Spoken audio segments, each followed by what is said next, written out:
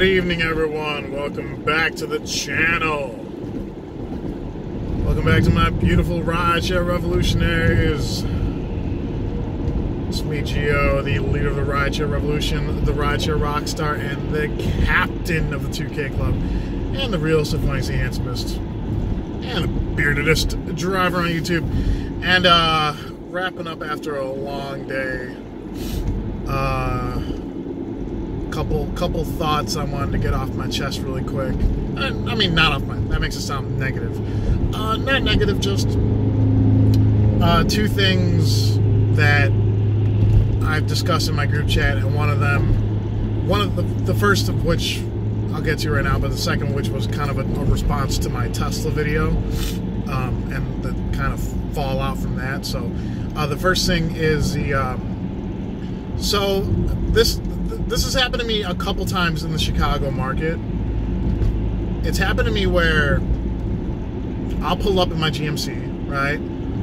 And I'll be picking up passengers going to the airport. And they'll have like 3 pieces of luggage, right? And they'll look at me and they look at the GMC and they're like, oh, well, good thing you're here because, you know, we couldn't fit our luggage into the last like 2 Priuses, right? And so the last 2 Priuses they had to cancel, right? That's never happened at the airport. That's happened just picking people up in front of their houses, right? So I've had a couple occasions where people had too much luggage that did not fit in a Prius. I had a ride 2 or 3 weeks ago from O'Hare. This guy and his aunt or whatever, no joke, they had 6 pieces of luggage. We barely got it all in the car. Half of it was in the trunk, the other half was in the back seat, and the aunt was in the back seat behind the passenger, and the person that ordered the ride was right here.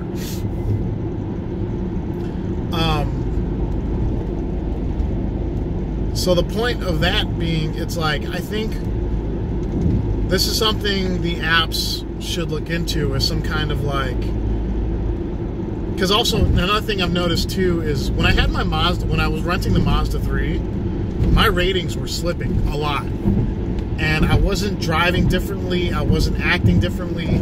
The only thing that was different, I went from 8 4-stars to like 19 in 3 weeks, or 4 weeks, yeah. And nothing about my driving style changed or attitude changed. The only thing that changed was the car, right? And the Mazda 3 had next to no leg room in it. Barely any for me, barely any for the passengers.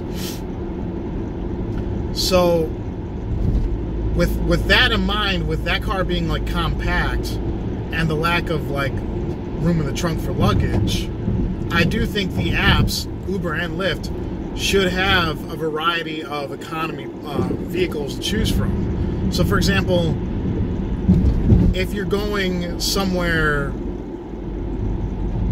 and you don't have luggage, then, you know, you should be able to select like a compact economy car, like a Prius, Mazda 3, Chevy Sonic, what's other ones? Ford Focus, like smaller hatchbacks with not that much trunk space, right?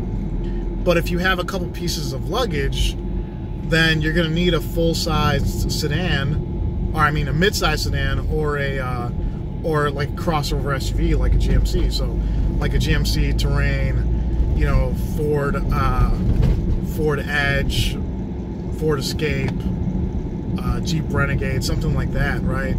I think there should be a variety. So, like, UberX should be like economy and economy plus, like in an airline, you know, where it might cost a tiny bit more to take a regular UberX if you have luggage. It's kind of messed up to try to cram all this all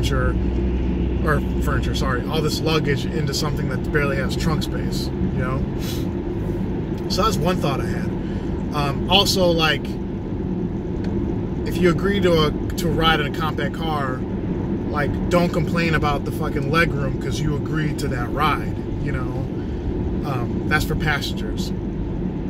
Like, I get it, legroom's important to me too, but I definitely I noticed a very sharp decrease in ratings when I had the compact car, the Mazda 3. So that's the first thing I want to talk about. The second thing is, so A lot of you misunderstood or not a lot of you. I got a lot of dislikes on that Tesla 3 video I made. And I'm not sure why. Because I said in the video, I really, really like Tesla 3s. They're great cars. I said the only drawback is the door handles, and dealing with having to explain to people how to get in and out of the car would drive me crazy, doing that 150 times a week. And I'm not sure if I'd be willing to deal with that. But one of my frequent subscribers, and he's always emailing me and stuff like that, is John.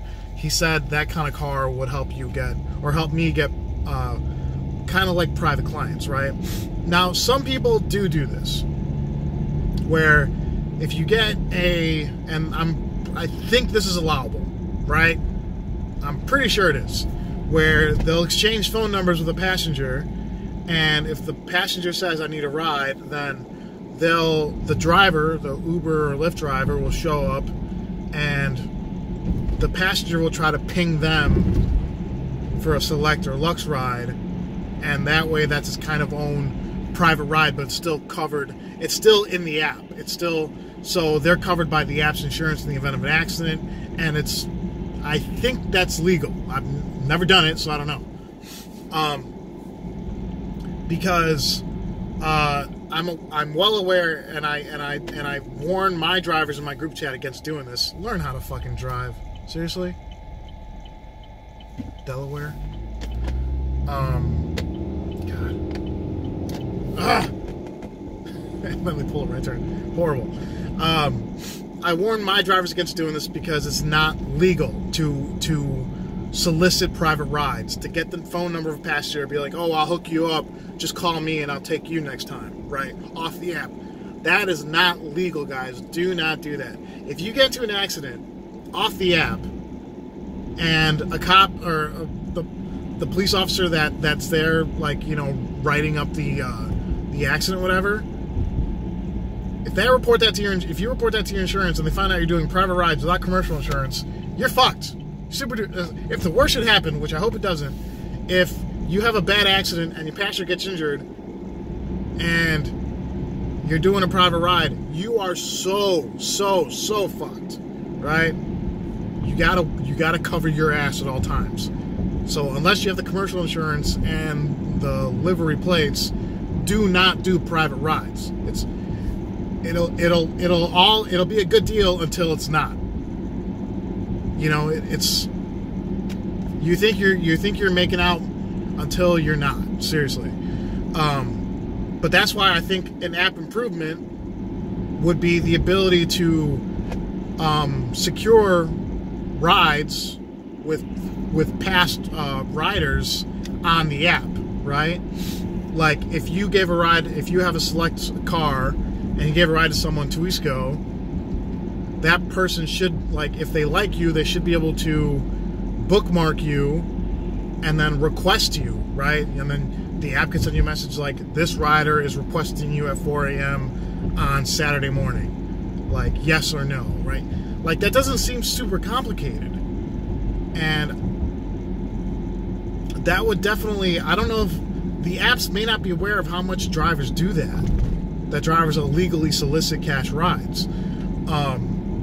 So I think it would be beneficial if Uber and Lyft both found a way to, like, bookmark drivers and have the ability to request that driver, you know, in advance. I do think that'd be really beneficial that'd be great for drivers that like the higher platforms, because they can try to get private rides that way and they wouldn't be breaking the law in the process. So that's all I got for this one. Yeah, I try to keep it as short as possible. So just, I do think there should be a variety of economy rides available. Like, there should be a difference between, you know, compact cars and mid-size cars and crossovers. And I do think the apps should recognize that some drivers are illegally soliciting cash rides and make efforts to, like, you know, correct that kind of behavior. And that's all I got for this one, guys. I want to thank y'all for watching. Everyone, please stay safe, stay classy, stay driven, stay bearded. I'll talk to you next time. Bye-bye.